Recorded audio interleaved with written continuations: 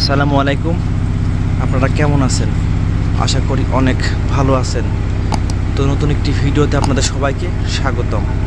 আমরা আজকে যে বিষয়টা নিয়ে কথা বলবো, কলাম ঢালাইয়ের পূর্বে আপনি কিভাবে রড চেক দেবেন বা রড চেক দেওয়ার সময় কোন কোন বিষয়গুলি লক্ষ্য রাখবেন, তো এই সমস্ত বিষয় নিয়ে আজকে একেবারে প্র্যাকটিক্যালি আপনাদের দেখানোর চেষ্টা করব। তো আজকের ভিডিওটি অনেক গুরুত্বপূর্ণ হতে চলেছে। অবশ্যই ভিডিওটি আপনারা শেষ পর্যন্ত দেখবেন। আর ভিডিও যদি ভালো লাগে অবশ্যই লাইক করবেন, শেয়ার করবেন, অবশ্যই চ্যানেলটিকে সাবস্ক্রাইব করবেন। তো চলুন মূল ভিডিও শুরু করা যাক। তো প্রথমত আপনাদেরকে ডিজাইনটি দেখাই। আসলে আমার এখানে কি কোন সাইজ কলাম আছে, কোন সাইজ আপনার কী কী রড আছে। তো এই কলামটা আমার C1। তো C1-এর যে সাইজ আছে, আমরা এখন বর্তমানে আছি 3rd ফ্লোরে। তো 3rd ফ্লোরে দেখাচ্ছে 12x20 কলাম সাইজটা, আর রড দেখাচ্ছে 16 মিলিমিটার 8টা। তো আমাদের আসলে এই কলামটির সাইজ আছে 12x25। তৃতীয় ফ্লোরে যে রডগুলা বা যে সাইজটা ছিল, সাইজটা আমার এখানে কমানো হয়নি। আমরা এটা একেবারে কন্টিনিউ একেবারে 6 তলা পর্যন্ত নিয়ে চলে যাব। আর যেহেতু এটা এখানে মিডল পজিশন, এখানে আমাদের লিফট কোর হবে আর এখানে ট্যাঙ্কি হবে। তো যার জন্য আসলে কলামটি এখানে আর কমানো হয়নি। তো এই জন্য আমরা এখন দেখব যে আসলে আমার ডিজাইন অনুযায়ী আছে কি না কলামটি, বা রডগুলি ঠিক মতো আছে কি না। তো আপনিও ঠিক সেমভাবে আমি যেভাবে দেখাচ্ছি, যদি সম্ভব হয় এইভাবে ঢালাই পূর্বেই এই কাজগুলো আপনি অবশ্যই লক্ষ্য রাখবেন এবং কাজগুলো বুঝে নেওয়ার চেষ্টা করবেন। তো আমরা প্রথমত সাইজটি দেখি। তো এটা আমার কেকারটা ঢালাই করেছি আমরা। তো ঢালাই হাইটটা করেছি প্রায় 5 ইঞ্চির মতো। আমাদের কলাম সাইজ আছে, একদিকে আছে 25 ইঞ্চি আর অন্য পাশে আছে কন্টিনিউ করে চলে যাব। আর আমার এখানে রড আছে 10টি 16 মিলিমিটার রডটি এই রড, আর এই পাশে 4টা, আর এখানে আছে একটি, ওই মাথায় আছে একটি, টোটালমেন্টলি 10টি রড। তো 10টি রড আমরা এখানে বুঝে পেয়েছি। তো এখন আসি, তো 16 মিলিমিটার রডের ক্ষেত্রে যে ভার্টিক্যাল রডের যে আমরা যে জয়েন্টগুলো দিয়ে থাকি বা লেফট হ্যান্ডগুলো ঠিক আছে কি না। তো আমার এখানে লেফট হ্যান্ড দেওয়া আছে 2 ফিট মতো দেওয়া আছে লেফট হ্যান্ড।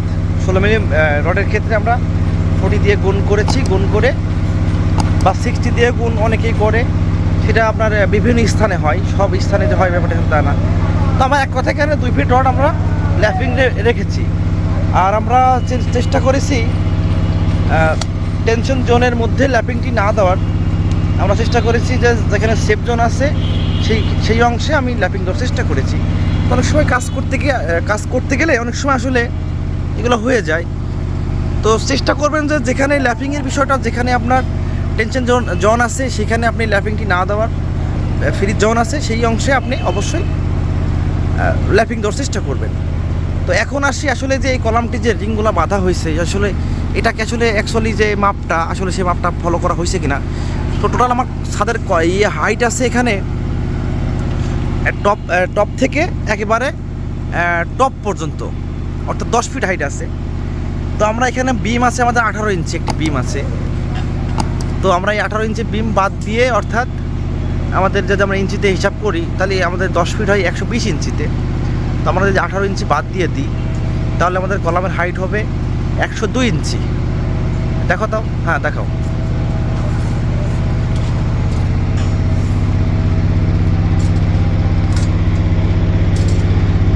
এই দেখেন আমাদের 102 ইঞ্চি আমরা কলামটি বেঁধেছি। কারণ যদি 102 ইঞ্চি না বা বেশি বাঁধি তখন কাস্টিংটি বেশি হয়ে যাবে। তখন কিন্তু কাস্টিং বেশি হয়ে গেলে কলামটি পরবর্তীতে ভাঙা লাগতে পারে। তো এই জন্য অবশ্যই আপনি লক্ষ্য রাখবেন যে কলামটি যেন বেশি ঢালা না হয় এবং রিংগুলোতে বেশি না বাঁধা হয়। আর যদি রিংগুলোতে বেশি বাঁধা হয়েও যায় তো অবশ্যই রিংগুলো ঢালা যেন কম করা হয়। তো এখানে যে রিংয়ের স্পেসিং আছে, আপনার নিচে আছে আমরা রিংটি বেঁধেছি L/4-এ, অর্থাৎ 4 ভাগ করে আবার 4 ভাগ করে আমরা নিচে 2.5 ফিট বেঁধেছি 5 ইঞ্চি করে। নিচে এটা দেখো তো, নিচে যে 2.5 ফিট আমরা বেঁধেছি 5 ইঞ্চি করে।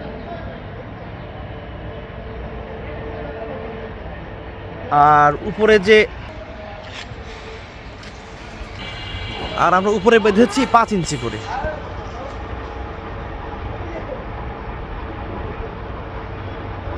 আর যে মাঝখানে যে অংশে আছে আমরা বেঁধেছি 7 ইঞ্চি করে। তো আসলে আপনাকে ডিজাইন অনুযায়ী আপনাকে রিংটি বাঁধতে হবে। আমাদের ডিজাইন এখানে দেখানো আছে L/4 এবং 5 ইঞ্চি 7 ইঞ্চি। তো 7 ইঞ্চিটা মাঝখানে হবে, আর উপরে সাপোর্টের দিকে হবে 5 ইঞ্চি, আর নিচে হবে 5 ইঞ্চি, আর 7 ইঞ্চি হবে মাঝখানে। তো আলহামদুলিল্লাহ আমাদের এটাও ঠিক আছে। তো এরপরে সবথেকে যে গুরুত্বপূর্ণ যে বিষয়টি, কলামটি যখন প্রস্তুত করবে, যদি কলামটি আপনার আমি ধরলাম 25 ইঞ্চি হয়, তাহলে রিংটা আমার দৈর্ঘ্য বা বড় হবে 22 ইঞ্চি। কারণ আমার কাভারিং আছে সব মিলায় 3 ইঞ্চি কাভারিং আছে, এই পাশে 1.5 ইঞ্চি, ওই পাশে 1.5 ইঞ্চি। অর্থাৎ আমার রিংটি একদিকে হবে 22 ইঞ্চি, আর যদি এই পাশে 12 ইঞ্চি আছে, তো সেহেতু এই পাশে আমাদের 9 ইঞ্চি হবে। অর্থাৎ আপনার কলামের ক্ষেত্রে চতুর্পাশে 1.5 ইঞ্চি করে ক্লিয়ার কাভার। তো আলহামদুলিল্লাহ আমরা চেষ্টা করেছি সেই কাজগুলো ফলো করার। তো এরপরে যে কাজটি করতে হবে, আপনাকে দেখতে হবে এই রিংগুলা বা এই টাইগুলি যেন সোজা হয় একেবারে। কারণ যদি আঁকা বাঁকা হয় তাহলে এই জিনিসটা লোড নিতে সমস্যা হয় এবং বিষয়টা দেখতেও খারাপ দেখা যায়।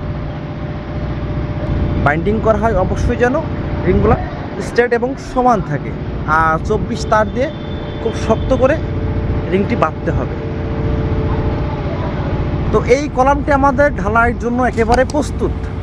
আমরা এই কলামটি ঢালাই করব। ঢালাই করব কিন্তু 50%, আর 50% পরে করব। তো এটা আর কি আমাদের ইঞ্জিনিয়ার মহোদয় আমাদেরকে বলছে যে আসলে কলাম কখনো একবার কাস্টিং করা যাবে না, আপনাকে 50% করে কাস্টিং করতে হবে। তো আমার কাজগুলো আপনাদের কেমন লাগছে অবশ্যই কমেন্ট করে জানাবেন। যদি কখনো ভুল ত্রুটি হয় অবশ্যই ক্ষমা দৃষ্টিতে দেখবেন, এবং যদি ভিডিওটি ভালো লাগে অবশ্যই লাইক করবেন, শেয়ার করবেন, অবশ্যই চ্যানেলটিকে সাবস্ক্রাইব করবেন। আল্লাহ হাফেজ।